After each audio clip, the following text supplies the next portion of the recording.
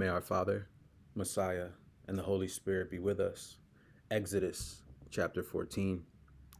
Then our Father in heaven said to Moses, "Tell the Israelites to turn back and camp in front of Pahai Hiroth, between Migdal and the sea, in front of Baal Zephon. You shall camp opposite it by the sea. Pharaoh will say of the Israelites, 'They are wandering aimlessly in the land. The wilderness has closed in on them.' I will harden Pharaoh's heart, and he will pursue them, so that I will gain glory for myself over Pharaoh and all his army. And the Egyptians shall know that I am your Father in heaven." And they did so. When the king of Egypt was told that the people had fled, the minds of Pharaoh and his officials were changed toward the people, and they said, "What have we done, letting Israel leave our service?" So he had his chariot made ready and took his army with him. He took 600 picked chariots and all the other chariots of Egypt with officers over all of them. Our Father in heaven hardened the heart of Pharaoh, king of Egypt, and he pursued the Israelites who were going out boldly.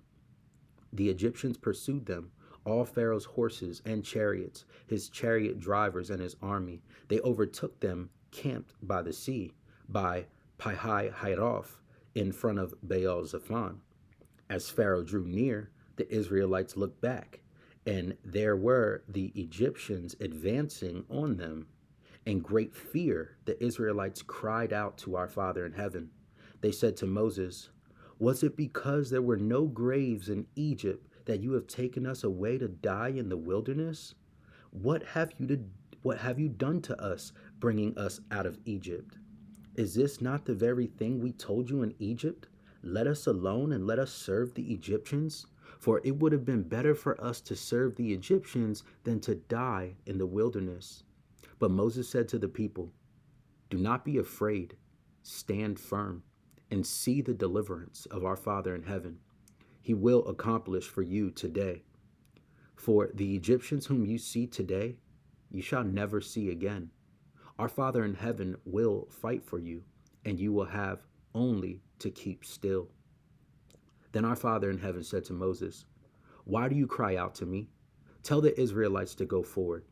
But you lift up your staff and stretch out your hand over the sea and divide it, that the Israelites may go into the sea on dry ground. Then I will harden the hearts of the Egyptians so that they will go in after them. And so I will gain glory for myself over Pharaoh and all his army, his chariots and his chariot drivers. And the Egyptians shall know that I am your Father in heaven, when I have gained glory for myself over Pharaoh, his chariots, and his chariot drivers." The angel of our Father, who was going before the Israelite army, moved and went behind them, and the pillar of cloud moved from in front of them and took its place behind them. It came between the army of Egypt and the army of Israel. And so the cloud was there with the darkness, and it lit up the night. One did not come near the other all night. Then Moses stretched out his hand over the sea. Our Father in heaven drove the sea back by a strong east wind all night and turned the sea into dry land, and the waters were divided. The Israelites went into the sea on dry ground, the waters forming a wall for them on their right and on their left. The Egyptians pursued and went into the sea after them, all of Pharaoh's horses, chariots, and chariot drivers. At the morning watch, our Father in heaven, in the pillar of fire and cloud, looked down upon the Egyptian army and threw the Egyptian army into a panic. He clogged their chariot wheels so that they turned with difficulty. The Egyptians said, "Let us flee from the Israelites, for their Father in heaven is fighting for them against Egypt." Then our Father in heaven said to Moses, "Stretch out your hand over the sea, so that the water may come back upon the Egyptians, upon their chariots and chariot drivers." So Moses stretched out his hand over the sea, and at dawn the sea returned to its normal depth. As the Egyptians fled before it, our Father in heaven tossed the Egyptians into the sea. The waters returned and covered the chariots and the chariot drivers. The entire army of Pharaoh that had followed them into the sea, not one of them remained. But the Israelites walked on dry ground through the sea. The the waters forming a wall for them on their right and on their left.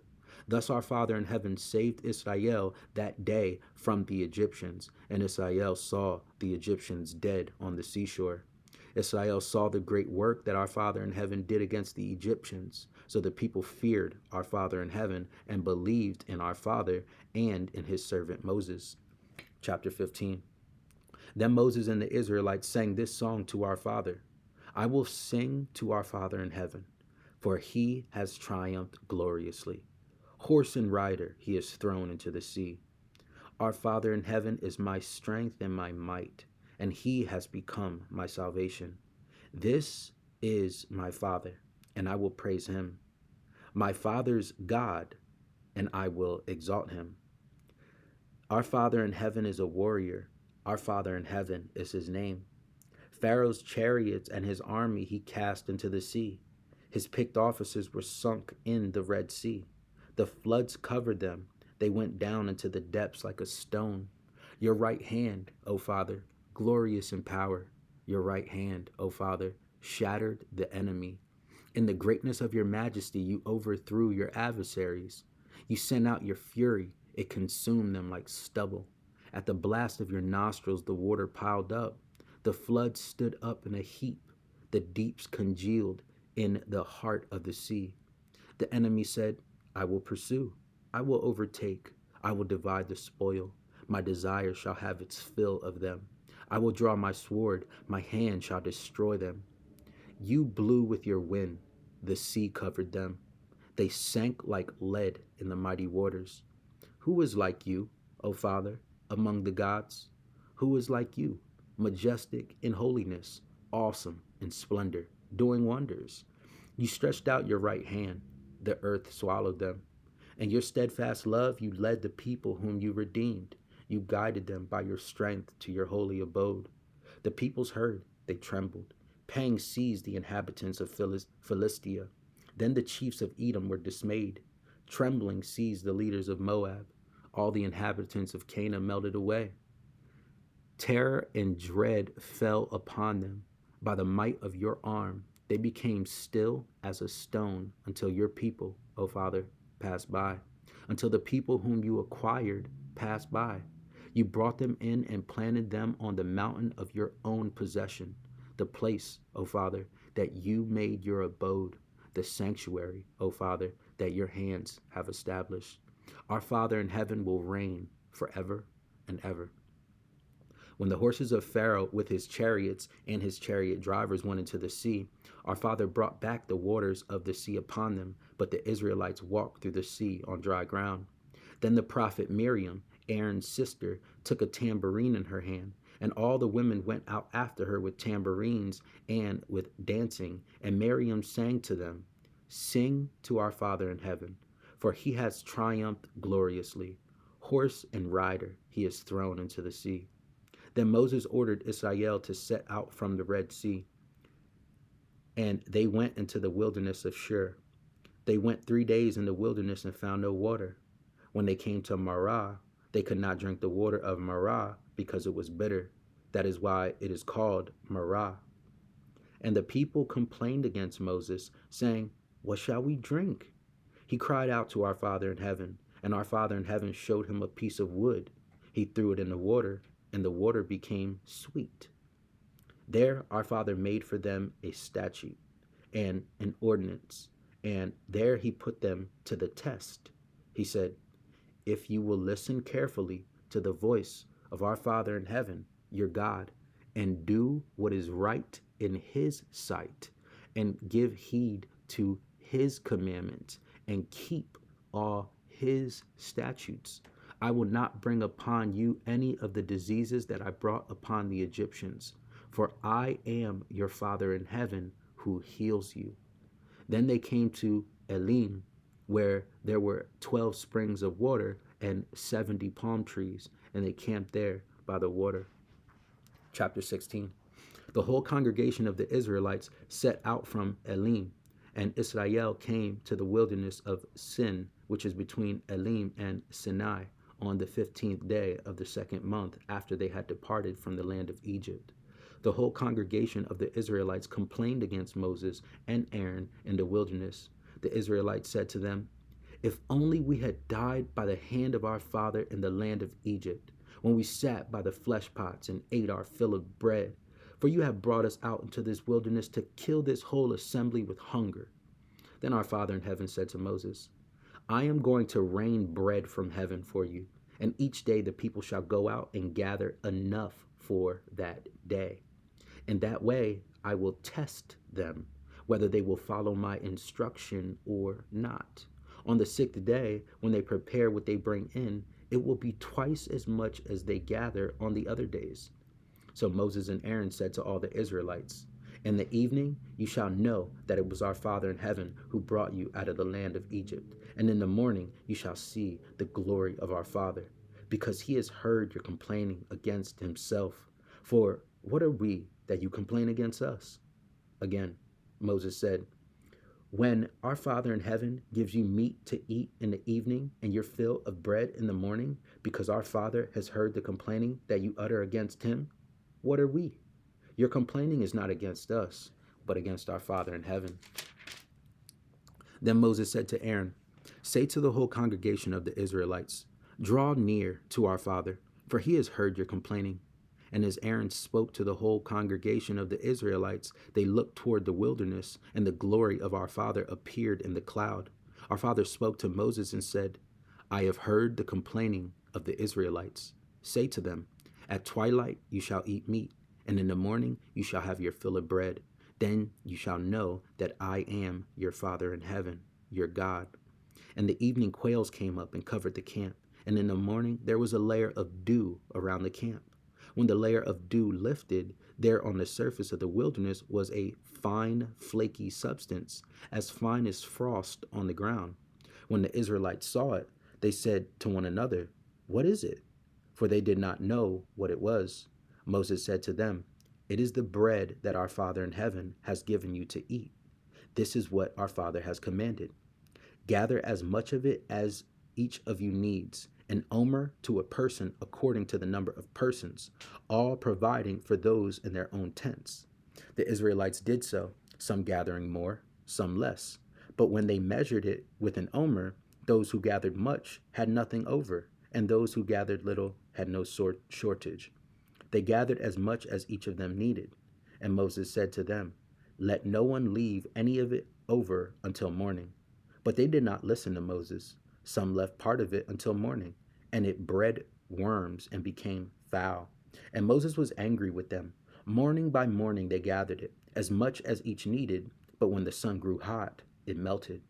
On the sixth day they gathered twice as much food, 2 omers apiece. When all the leaders of the congregation came and told Moses, he said to them, "This is what our Father in heaven has commanded. Tomorrow is a day of solemn rest, a holy Sabbath to our Father in heaven. Bake what you want to bake and boil what you want to boil, and all that is left over put aside to be kept until morning." So they put it aside until morning, as Moses commanded them, and it did not become foul, and there were no worms in it. Moses said, "Eat it today, for today is a Sabbath to our Father in heaven. Today you will not find it in the field. 6 days you shall gather it, but on the seventh day, which is a Sabbath, there will be none." On the seventh day, some of the people went out to gather, and they found none. Our Father in heaven said to Moses, "How long will you refuse to keep my commandments and instructions? See, our Father in heaven has given you the Sabbath. Therefore, on the sixth day, he gives you food for 2 days. Each of you stay where you are. Do not leave your place on the seventh day." So the people rested on the seventh day. The house of Israel called it manna. It was like coriander seed, white, and the taste of it was like wafers made with honey. Moses said, "This is what our Father in heaven has commanded. Let an omer of it be kept throughout your generations, in order that they may see the food with which I fed you in the wilderness when I brought you out of the land of Egypt." And Moses said to Aaron, "Take a jar and put an omer of manna in it, and place it before our Father, to be kept throughout your generations. As our Father in heaven commanded Moses, so Aaron placed it before the covenant for safekeeping." The Israelites ate manna for 40 years. Until they came to a habitable land, they ate manna, until they came to the border of the land of Canaan. An omer is a tenth of an ephah. Chapter 17. From the wilderness of Sin, the whole congregation of the Israelites journeyed by stages, as our Father in heaven commanded. They camped at Rephidim, but there was no water for the people to drink. The people quarreled with Moses and said, "Give us water to drink." Moses said to them, "Why do you quarrel with me? Why do you test our Father in heaven?" But the people thirsted there for water, and the people complained against Moses and said, "Why did you bring us out of Egypt? To kill us and our children and our livestock with thirst?" So Moses cried out to our Father in heaven, "What shall I do with this people? They are almost ready to stone me." Our Father in heaven said to Moses, "Go on ahead of the people and take some of the elders of Israel with you. Take in your hand the staff with which you struck the Nile and go. I will be standing there in front of you on the rock at Horeb. Strike the rock, and water will come out of it, so that the people may drink." Moses did so in the sight of the elders of Israel. He called the place Massah and Meribah, because the Israelites quarreled and tested our Father in heaven, saying, "Is our Father in heaven among us or not?" Then Amalek came and fought with Israel at Rephidim. Moses said to Joshua, "Choose some men for us and go out, fight with Amalek. Tomorrow I will stand on top of the hill with the staff of our Father in heaven in my hand." So Joshua did as Moses told him and fought with Amalek, while Moses, Aaron, and Hur went up to the top of the hill. Whenever Moses held up his hand, Israel prevailed, and whenever he lowered his hand, Amalek prevailed. But Moses' hands grew weary, so they took a stone and put it under him, and he sat on it. Aaron and Hur held up his hands, one on one side and the other on the other side, so his hands were steady until the sun set. And Joshua defeated Amalek and his people with the sword. Then our Father in heaven said to Moses, "Write this as a reminder in a book and recite it in the hearing of Joshua. I will utterly blot out the remembrance of Amalek from under heaven." And Moses built an altar and called it, "Our Father in heaven is my banner." He said, "A hand upon the banner of our Father in heaven." Our Father in heaven will have war with Amalek from generation to generation. Chapter 18. Jethro, the priest of Midian, Moses' father-in-law, heard of all that our father had done for Moses and for his people Israel, how our father had brought Israel out of Egypt. After Moses had sent away his wife Zipporah, his father-in-law Jethro took her back, along with her 2 sons. The name of the one was Gershom, for he said, I have been an alien in a foreign land. And the name of the other, Eleazar, for he said, the God of my father was my help and delivered me from the sword of Pharaoh. Jethro, Moses' father-in-law, came into the wilderness where Moses was encamped at the mountain of our father, bringing Moses' son and wife to him. He sent word to Moses, I, your father-in-law Jethro, am coming to you with your wife and her 2 sons. Moses went out to meet his father-in-law. He bowed down and kissed him. Each asked after the other's welfare, and they went into the tent. Then Moses told his father-in-law all that our Father in heaven had done to Pharaoh and to the Egyptians for Israel's sake, all the hardship that had beset them on the way, and how our Father had delivered them. Jethro rejoiced for all the good that our Father in heaven had done to Israel in delivering them from the Egyptians. Jethro said, Blessed be our Father in heaven, who has delivered you from the Egyptians and from Pharaoh. Now I know that our Father in heaven is greater than all gods, because he delivered the people from the Egyptians when they dealt arrogantly with them. And Jethro, Moses' father-in-law, brought a burnt offering and sacrifices to our father. And Aaron came with all the elders of Israel to eat bread with Moses' father-in-law in the presence of our father.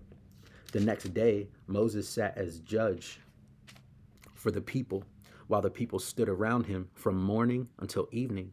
When Moses' father-in-law saw all that he was doing for the people, he said, What is this that you are doing for the people? Why do you sit alone while all the people stand around you from morning until evening? Moses said to his father-in-law, Because the people come to me to inquire of our Father in heaven. When they have a dispute, they come to me, and I decide between one person and another, and I make known to them the statutes and instructions of our Father. Moses' father-in-law said to him, "What you are doing is not good. You will surely wear yourself out, both you and these people with you, for the task is too heavy for you. You cannot do it alone. Now listen to me. I will give you counsel, and our Father in heaven be with you. You should represent the people before our Father, and you should bring their cases before our Father. Teach them the statutes and instructions, and make known to them the way they are to go and the things they are to do. You should also look for able men among all the people, men who fear our Father in heaven, are trustworthy, and hate dishonest gain. Set such men over them as officers over thousands, hundreds, fifties, and tens. Let them sit as judges for the people at all times. Let them bring every important case to you, but decide every minor case themselves. So it will be easier for you, and they will bear the burden with you. If you do this, and our Father in heaven so commands you, then you will be able to endure, and all these people will go to their home in peace."